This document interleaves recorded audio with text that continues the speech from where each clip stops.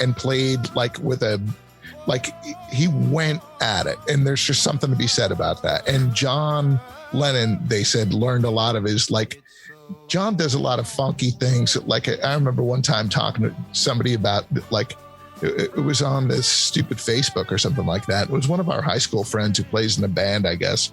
And he had mentioned, like, he's like, man, that's just a 544 song. Well, that's true. But Lennon does some funky things with his index, with his pinky finger, that like so many people just don't do. And it's the subtlety to a song like Slow Down, Bad Boy.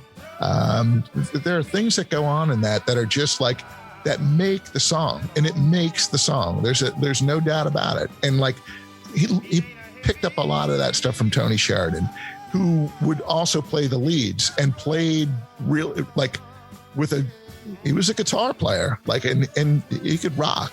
And George Harrison was like, yeah, like Tony Sheridan, sure, I'll play with that guy. They didn't say no, too. And like, he kind of like got himself canned on that. Like he I think was a bit of a drinker, and he'd be like show up late for the TV show.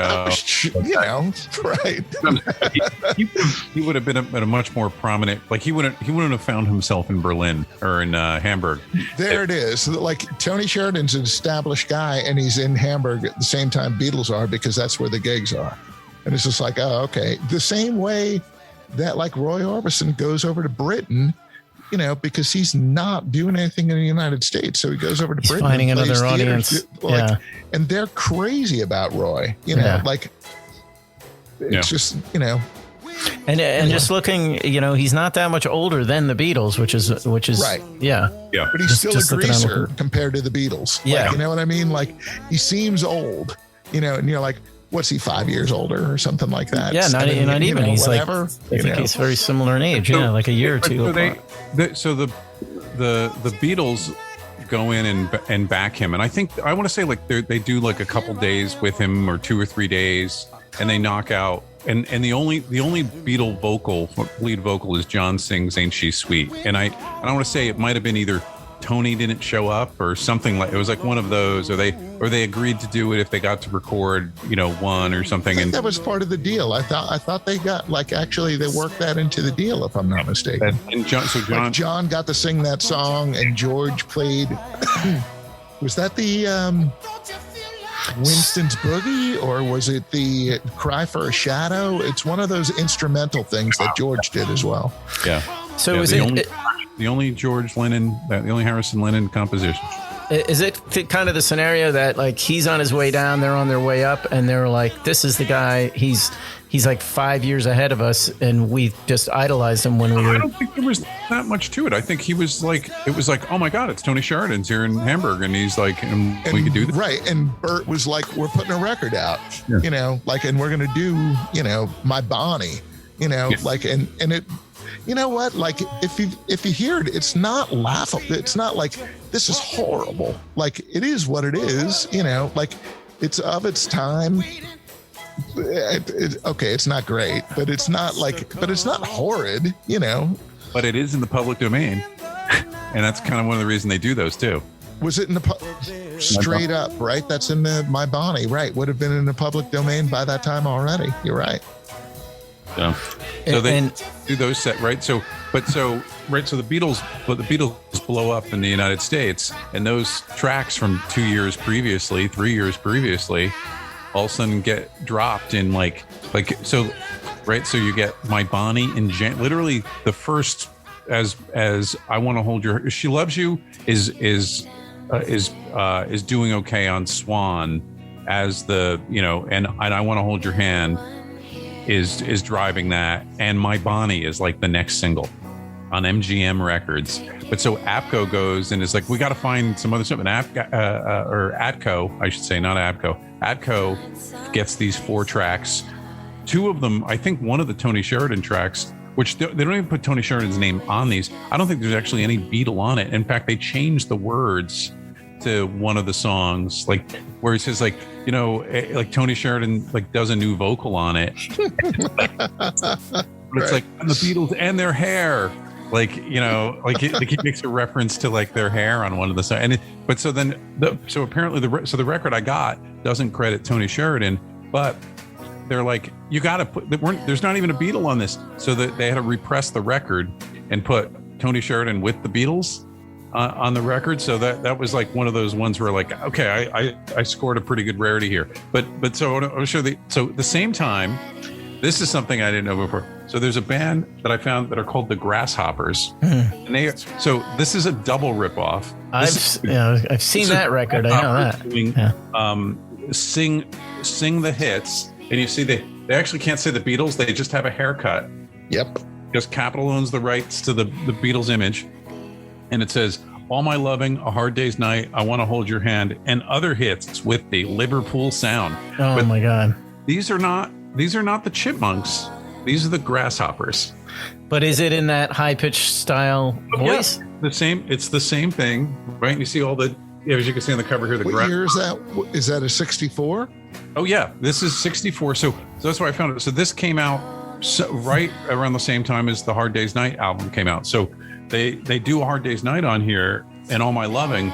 So they're like, they crank this out like, okay, the Beatles album's out, the Hard Day's Night, and this is out like, so this is out between a Hard Day's Night and I guess what would be something else by the Beatles, the US album, which I think came out after Hard Days, the United.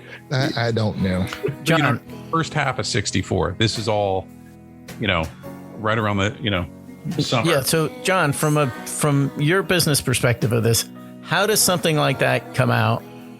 Don't they have to ask the band or whoever, the rights holders, to cover that material? No. So how does that work?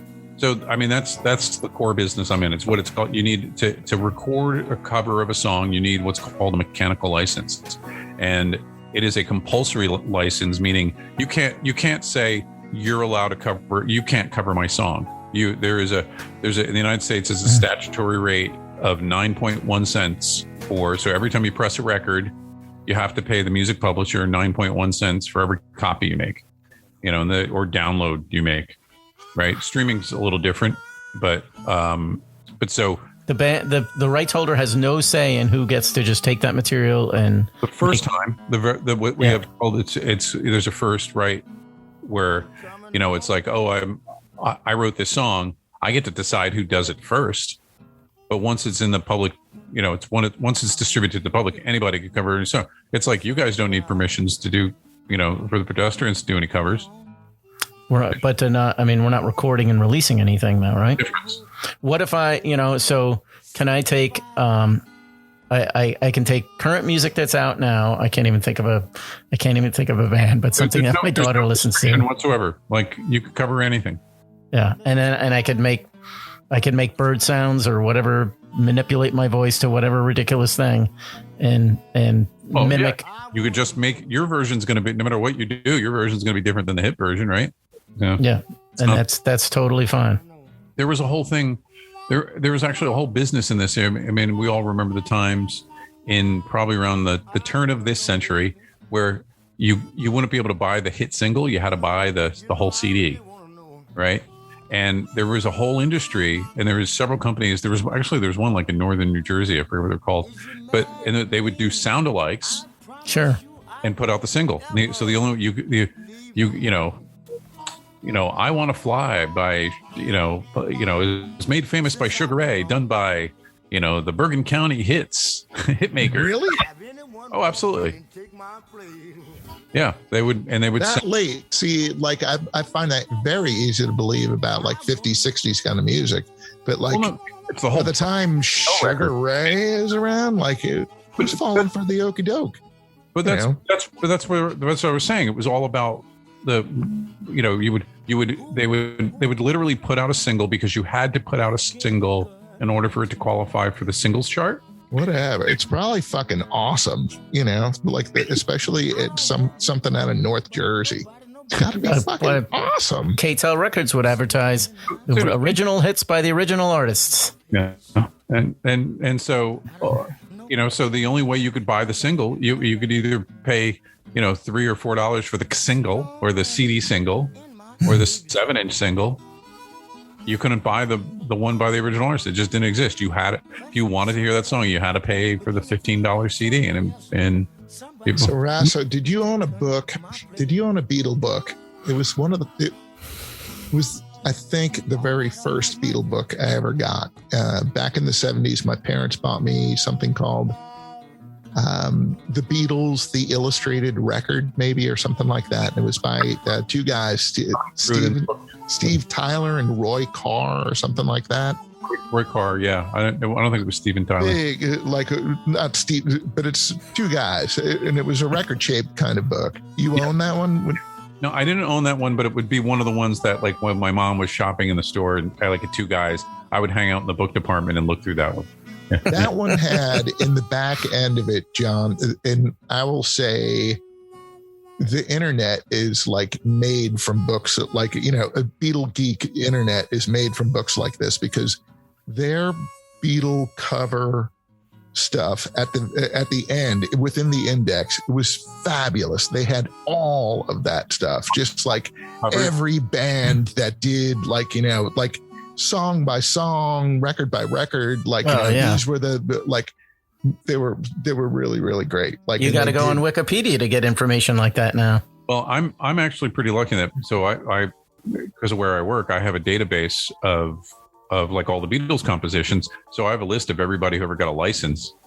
So it's pretty cool. You could see, like, you know, you go song by song and you could see where all, but it would there's I'm sure there's plenty of like more obscure things where people, you know, put it out and, oh, I don't know what a mechanical license is.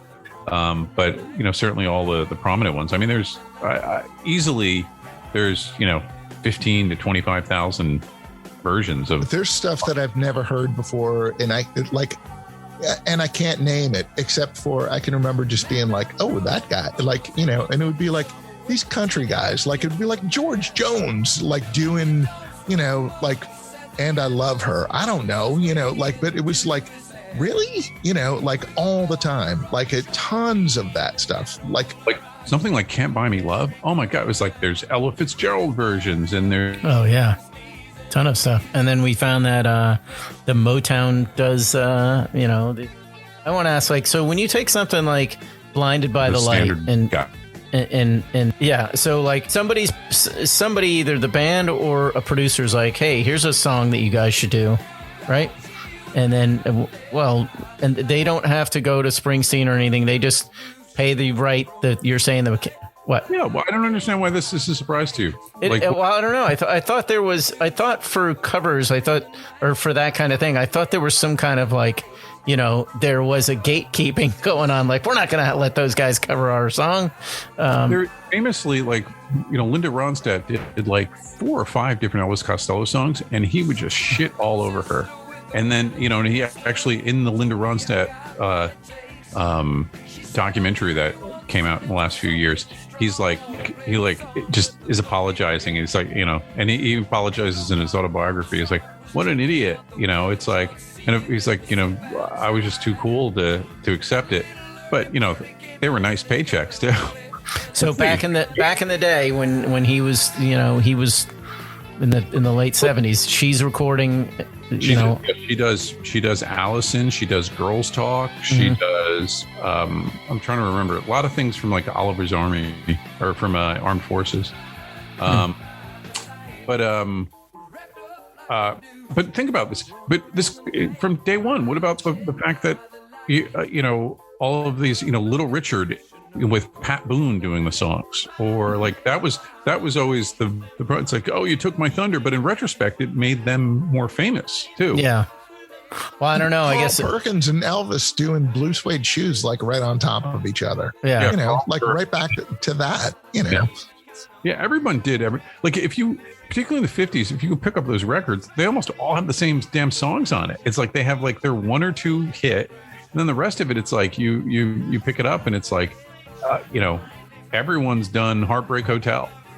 The cool thing about the Beatles is like when Boney Maroney comes out, they're in Hamburg, they hear it and they go, we're putting this in the set. You know what I mean? Like, it's not like a cover. It's just like, this is a cool hip song that just came out and we're a cool hip band. We're plugging it into the set. You know, But songs like you just said, like Heartbreak Hotel or whatever you're talking about, like, you know, Lieber and Stoller,